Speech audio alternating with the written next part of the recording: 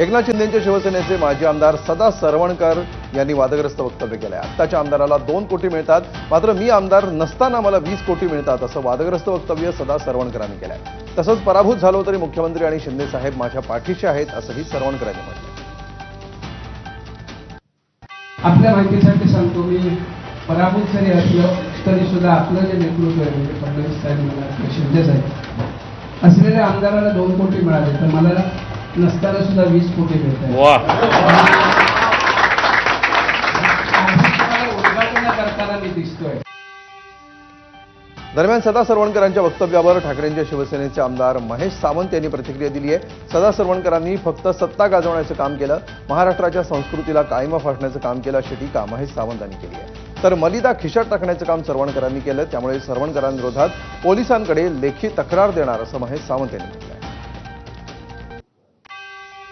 ही काय पद्धत त्यांनी चालू केली आहे, ही पद्धत अतिशय चुकीची आहे। या संदर्भात आम्ही स्वतः डेप्युटी सीएमला पत्र लिहिणार आहोत, सीएमना लिहिणार आहोत की त्यांना जर 20 कोटी असेल तर आम्हाला 40 कोटी निधी द्या, जेणेकरून आम्हाला सुद्धा नागरी कामं करता येतील। तुम्हाला 20 कोटी जर त्यांना मिळालं असेल तर तुम्ही बघितलं असं विभागात प्रत्येक ठिकाणी बोर्ड लावलेले असते, परंतु ते बोर्ड लावू शकत नाही, कारण त्यांना तो 20 कोटीचा निधी कागदावरती ठेवायचा आहे, बाकी सगळा मलिदा खिशात टाकायचा आहे।